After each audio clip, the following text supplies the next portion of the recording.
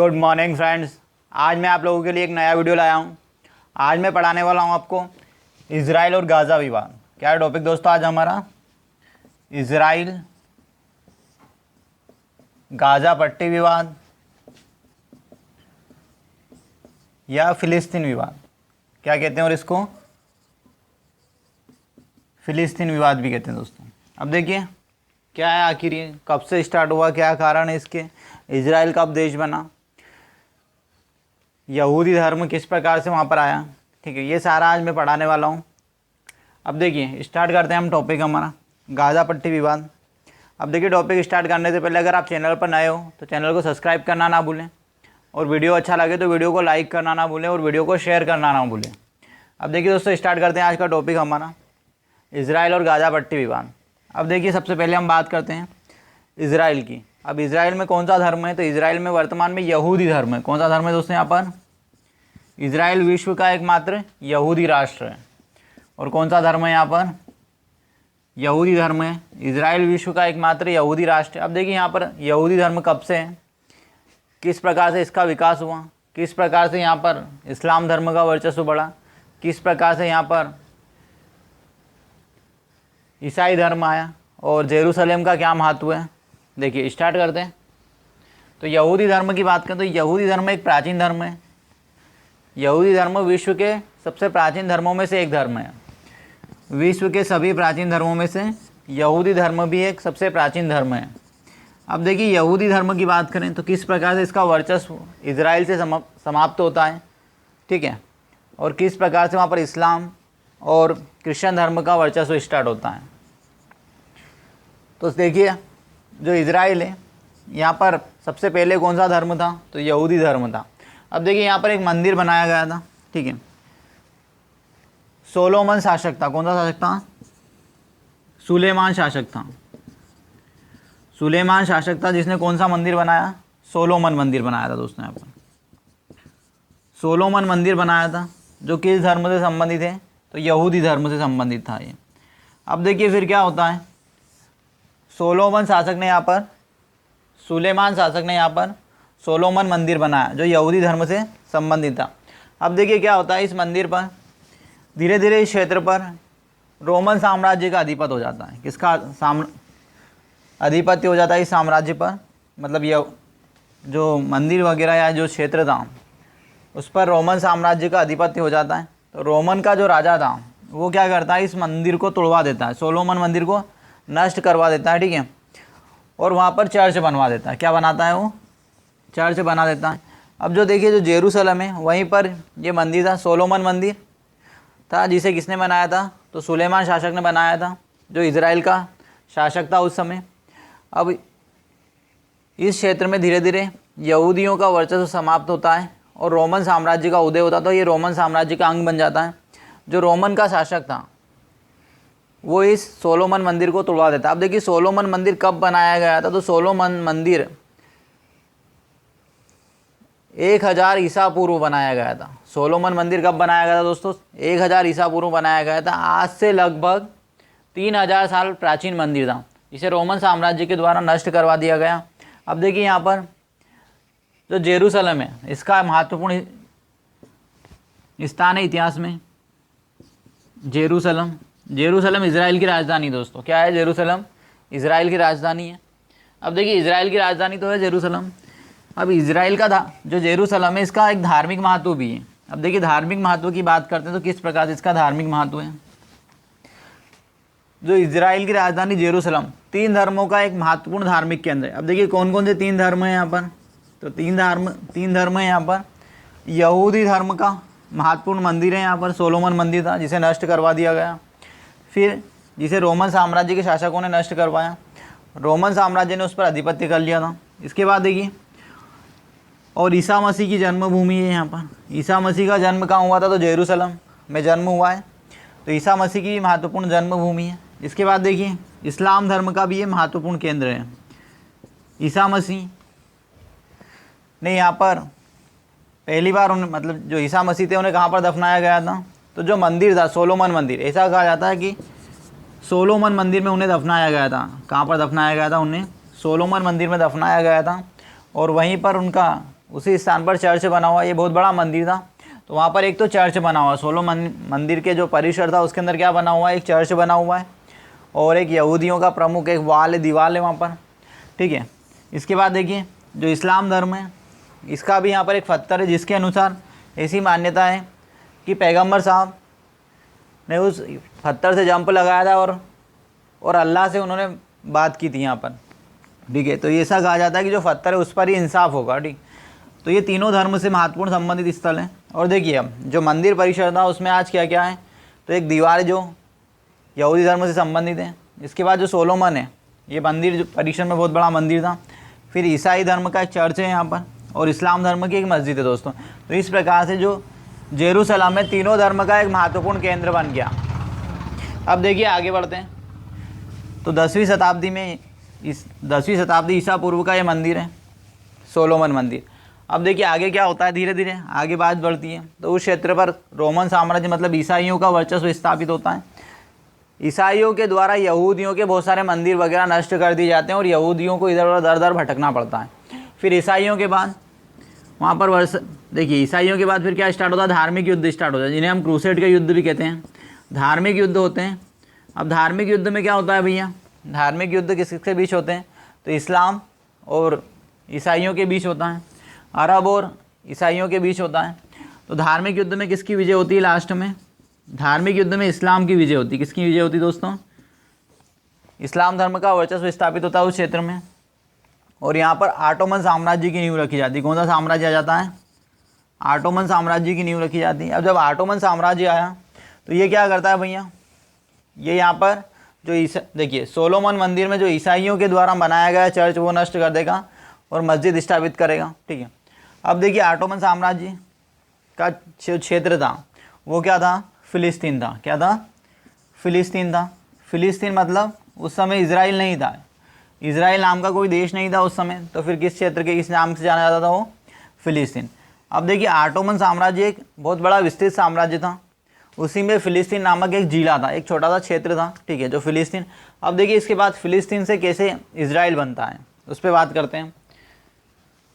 अब देखिए सभी धर्म के जिस प्रकार से इजराइल वाले जो क्षेत्र है या फिलिस्तीन वाला जो क्षेत्र है या जेरूसलम जो क्षेत्र है वहाँ से यहूदियों को प्रताड़ित करके विश्व के अन्य देशों में भगा दिया जाता है, मतलब पूरा क्षेत्र यहूदियों के द्वारा खाली कर दिया जाता है। अब क्या होता है भैया, उस क्षेत्र में रूस के द्वारा यहूदियों पर अत्याचार बढ़ते हैं, ठीक है। ऑटोमन साम्राज्य स्थापित होता है। ऑटोमन साम्राज्य में अब क्या होता है भैया, अब देखिए ऑटोमन जो साम्राज्य था 19वीं शताब्दी में, कब, 19वीं शताब्दी में अपने पतन के कगार पर चले जाता है। अब क्या होता है इसके बाद, देखिए जो ऑटोमन साम्राज्य था उसका नेतृत्व तुर्की कर रहा था। कौन करता था, तुर्की, ठीक है। तुर्की के अंतर्गत ही सभी अरब कंट्रीज भी आते थे, ठीक है, फिलिस्तीन भी आता था और पूरा तुर्की भी आता था। मतलब एक तुर्की बहुत बड़ा साम्राज्य था जिसे ऑटोमन साम्राज्य के नाम से जाना जाता है। अब देखिए तुर्की क्या करता है भैया, जब तुर्की कमज़ोर पड़ने लगता है तो रूस का इस पर नियंत्रण स्थापित होता है। तुर्की पर किसका नियंत्रण स्थापित होता है, रूस का नियंत्रण स्थापित होता है। और रूस क्या करता है, फर्स्ट वर्ल्ड वार, पहले विश्व युद्ध के पहले 1914 से 1918 के पहले क्या स्थिति बनती है वहाँ पर स्थिति ये बनती है कि जो तुर्की था, मतलब जो रूस रशियन थे, वो क्या करते हैं, यहूदियों को वहाँ से भगाते हैं, ठीक है। यहूदियों को, इजराइल से जो बचे कुछ यहूदियों ने वहाँ से प्रताड़ित करके भगाते हैं। अब जब जैसे ही वो भागते हैं तो अब वर्तमान में अगर हम बात करें कि विश्व का सबसे ज़्यादा प्रताड़ित धर्म कौन सा है, या विश्व का सबसे ज़्यादा जिस धर्म के लोगों की हत्या की गई है वो कौन सा धर्म है, तो यहूदी धर्म है। देखिए सबसे पहले यहूदियों के ऊपर रोमन साम्राज्य का अत्याचार होता है, फिर इसके बाद ऑटोमन साम्राज्य का अत्याचार होता है, अब फिर इसके बाद फर्स्ट वर्ल्ड वार होता है। तो फर्स्ट वर्ल्ड वार के पहले कौन इनको प्रताड़ित करता है, रशियन के द्वारा इनको प्रताड़ित किया जाता है। फिर ये लोग इधर उधर भटकते हैं, ठीक है। पहला विश्व युद्ध कब स्टार्ट होता है, 1914 में। अब 1914 में पहला विश्व युद्ध स्टार्ट हुआ। अब जब पहले विश्व युद्ध के समय ब्रिटेन एक पावरफुल था, विश्व का सबसे प्रमुख शक्ति थी उस समय ब्रिटेन। तो जो यहूदी थे ये संपन्न लोग थे, क्या थे, ये बिजनेसमैन और बड़े बड़े उद्योगपति थे। तो ये लोग ब्रिटेन से कहते हैं कि आप हमें एक देश बनाकर दो विश्व में, कहीं भी हम आपका सपोर्ट करेंगे, ठीक है। ठीक है, कहाँ पर बना कर दें, तो ये इनके लिए लोकेशन बताते कि भैया हमें जो फ़िलिस्तीन वाला एरिया है उस क्षेत्र में हमारा एक देश चाहिए, यहूदी राष्ट्र चाहिए। यहाँ से यहूदी राष्ट्र की शुरुआत होती है 1914 से। ठीक है, जब ये ब्रिटेन का समर्थन करते हैं यहूदी, तो ये आर्थिक रूप से बहुत ज़्यादा समर्थन करते हैं। अब क्या होता है इसके बाद, अब देखना समझना, अब आगे कैसे यहूदी राष्ट्र बनेगा इजराइल, फ़िलिस्तीन ख़त्म होगा। अब जब इस प्रकार के इन दोनों के बीच में एक ट्रीटी होती है, संधि होती है, समझौता होता है, तो फिर आगे क्या नहीं होती है भैया। 1918 में ब्रिटेन विश्व युद्ध जीत जाता है। कौन जीत जाता है? पहला विश्व युद्ध मित्र राष्ट्र जीते, तो उसमें ब्रिटेन भी था, तो ब्रिटेन एक प्रमुख महाशक्ति था। अब इस युद्ध में क्या होता है भैया, जो तुर्की था, कौन था?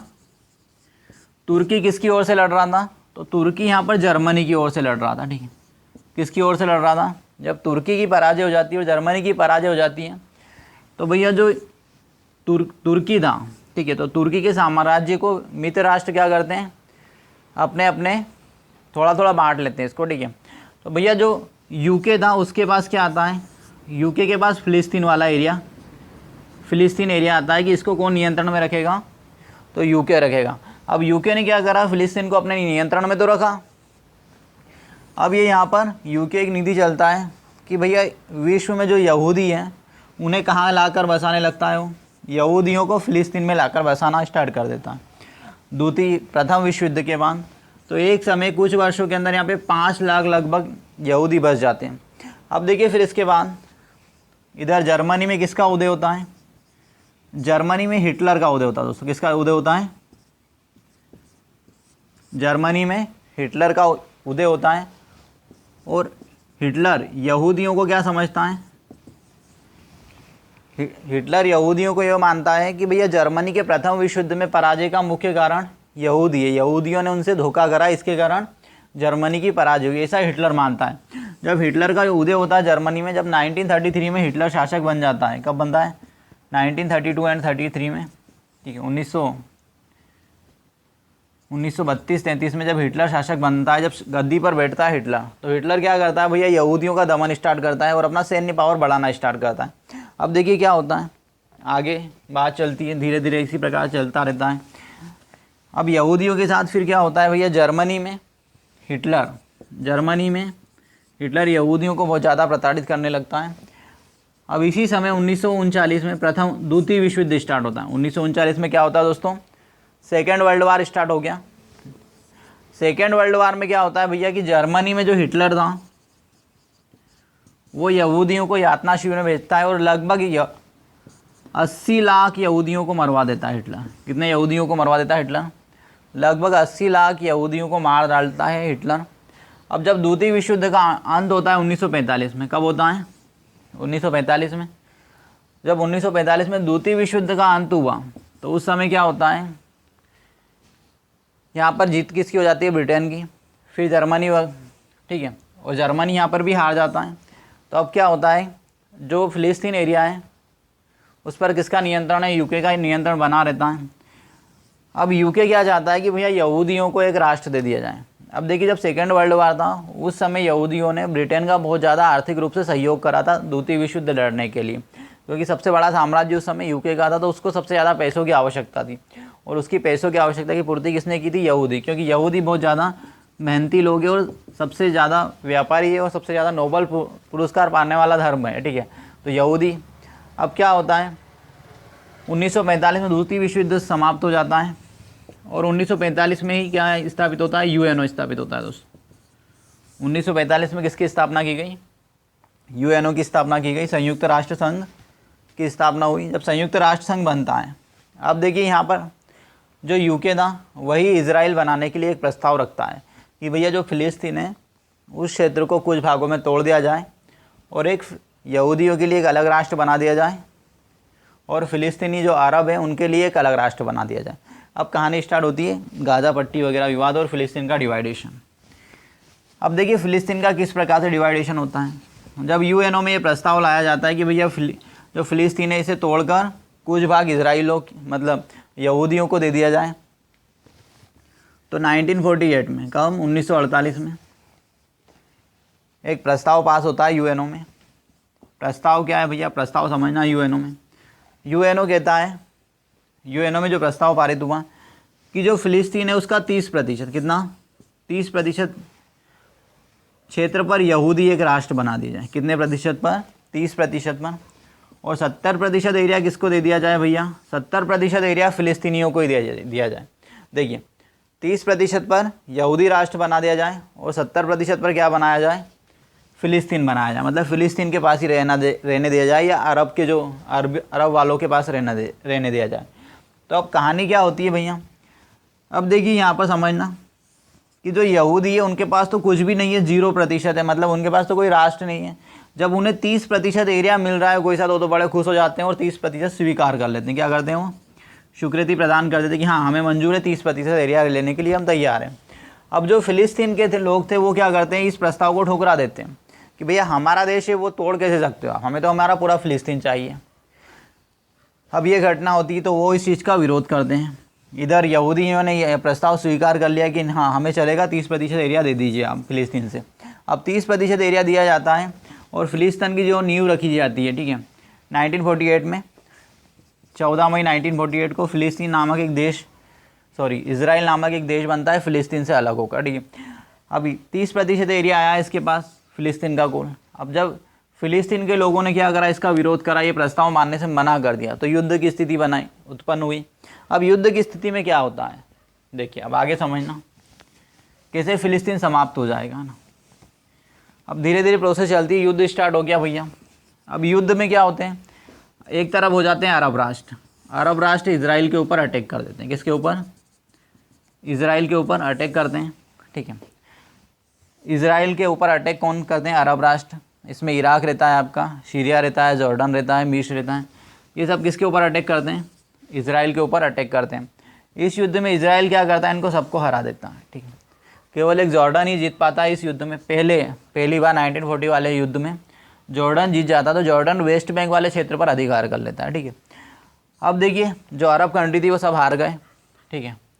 अरब कंट्री हार गए। अब क्या हुआ भैया? इजराइल तो एक देश के रूप में स्थापित हो गया। अब इजराइल को इस युद्ध में क्या फ़ायदा होता है कि वो फ़िलिस्तीन का जो अधिकांश भाग था उसको भी कवर कर लिया उसने। क्या करा? फ़िलिस्तीन के अधिकांश भाग को भी इजराइल ने कवर कर लिया। मतलब जो 70% भाग मिला था वो फ़िलिस्तीनियों के पास 70% भाग भी ख़त्म हो जाता है। जो इजराइल को 30% भाग मिला था वो अब बढ़ जाता है, और जो फ़िलिस्तीनियों को 70% मिलने वाला था वो भी ख़त्म हो जाता है। उस पर भी कौन अधिकार कर लेता है? तो इजराइल अधिकार कर लेता है। अब आगे बात चलती है भैया, फिर एक और युद्ध होता है 1967 में। कब युद्ध होता है? 1967 में। तो इसमें 8 अरब कंट्री किसके ऊपर अटैक करते हैं? इजराइल के ऊपर अटैक करते हैं। अब 8 अरब कंट्रीज़ में कौन कौन थे? तो भैया मिस्र था आपका, सूडान था, अल्जीरिया था, इराक था, और सीरिया था, जॉर्डन था, ठीक है। ये सब किसके ऊपर अटैक कर देते हैं? मिलकर इजराइल के ऊपर। अब इजराइल यहाँ तक एक सुपर पावर बन जाता है। क्या बन जाता है? एक सुपर पावर बन जाता है और ये सभी देशों को हरा देता है। अब देखिए जो पहले युद्ध में क्या हुआ था 1940 युद्ध में जो पहली बार युद्ध हुआ था, तो जॉर्डन ने कौन सा क्षेत्र ले लिया था भैया? वेस्ट बैंक वाला जो क्षेत्र ले लिया था उसको भी क्या करता है? इजराइल अब छीन लेता है। वो क्षेत्र भी किसके पास चले जाएगा भैया? फ़िलिस्तीन के पास चले जाएगा। अब फिर बचा क्या? गाज़ा पट्टी बचा। क्या क्षेत्र बचा? गाज़ा पट्टी वाला क्षेत्र बचा है, ठीक है। अब देखिए अब जो गाज़ा पट्टी विवाद है वो कैसे बनता है। अब गाज़ा पट्टी विवाद बनने का कारण क्या है? अगर हम बात करें कि भैया जो गाज़ा पट्टी है वो आखिर क्या है और क्या कारण है युद्ध होने का, और क्या हर बार ऐसा नरसंहार क्यों होता है, और इस समस्या का निराकरण क्यों नहीं हो पा रहा। तो देखिए जो फ़िलिस्तीन है वो चाहता है कि भैया हमें तो हमारा पूरा फ़िलिस्तीन चाहिए, जो फ़िलिस्तीन के लोग चाहते हैं। अब सीधी सी बात है कि इजराइल आज सुपर पावर है, तो क्या फ़िलिस्तीनियों को अपना भाग देगा? नहीं देगा। अब देखिए जो वेस्ट बैंक है इस पर भी किसका नियंत्रण है? आज इजराइल का नियंत्रण है। गाज़ा पट्टी, कौन सा? गाज़ा पट्टी वाले क्षेत्र पर भी, ठीक है। गाज़ा पट्टी वाला जो क्षेत्र है स्वतंत्र है, मतलब ये बोल सकते हो आपकी ये फ़िलिस्तीन है। आज क्या है? ये फ़िलिस्तीन है। अब फ़िलिस्तीन के लिए जो रिजर्व, जो वेस्ट बैंक वाला क्षेत्र है, इस क्षेत्र को इजराइल मैप में नहीं दिखाता है अपना। इस बार पिछले वर्ष उसने बोला था कि गाज़ा मतलब वेस्ट बैंक को भी अब हमारे मैप में दिखाएंगे, मतलब वेस्ट बैंक को भी अब हमारा मान लेंगे। तो भैया फ़िलिस्तीन के नाम पर अब 2 क्षेत्र बचे हैं। क्या क्या बचा है? वेस्ट बैंक और गाज़ा पट्टी। अब देखिए इस प्रकार से मैप है ये इजराइल का, ठीक है। तो ये वेस्ट बैंक तो ये यहाँ पर है और गाज़ा पट्टी आपका ये यहाँ पर है, ठीक। दोनों के अंदर बहुत ज़्यादा डिफरेंस है। और ये पूरा क्षेत्र पहले केवल ये इसको इतना वाला एरिया मिलने वाला था, अब ये पूरे क्षेत्र पर इसने अधिकार कर लिया, केवल ये इतना भाग इसके पास बचा है और इतना भाग। जबकि वेस्ट बैंक पर भी अब किसका नियंत्रण है, तो वेस्ट बैंक पर भी आज इजराइल का नियंत्रण है। अब देखिए इजराइल का जो पश्चिम में पड़ोसी देश है वो कौन सा है, मिस्र है, ठीक है, और पूर्व में जॉर्डन, क्या है, जॉर्डन, और उत्तर में सीरिया, ठीक है, कौन से इसके पड़ोसी देश हैं, और लेबनान। पूर्व में 2 देश इसके पड़ोसी हैं, जॉर्डन, लेबनान, पश्चिम में मिस्र और उत्तर में सीरिया, ठीक है। ये इसके पड़ोसी देश भी पूछ लिए जाते हैं कौन कौन से देश हैं, तो ये भी विषय ध्यान रखें आप एग्जाम्स के लिए। अब देखिए अब जो गाज़ा पट्टी है, अब गाज़ा पट्टी पर एक हमास आतंकवादी संगठन है, उसका नियंत्रण है। अब देखिए हमास ये चाहता है भैया कि उसे पूरा इजराइल मतलब फ़िलिस्तीन चाहिए, मतलब उसका क्षेत्र पूरा उसे चाहिए। इसके लिए वो क्या करता है, हमेशा आतंकवादी घटनाएं कहाँ पर करता रहता है, इजराइल पर। अब इजराइल क्या करता है, अपनी जो सैन्य शक्ति वो बहुत ज़्यादा डेवलप कर ली, जिसके कारण उसे जो आतंकवादी संगठन है उसके रॉकेट लॉन्चर वगैरह जो छोड़ता है उससे कोई हानि नहीं होती। अब देखिए अभी जो हाल ही के अभी इसी वर्ष मतलब जो अभी वर्तमान में जो चर्चा में गाज़ा पट्टी और इजराइल क्यों है, इसका कारण की बात करते हैं।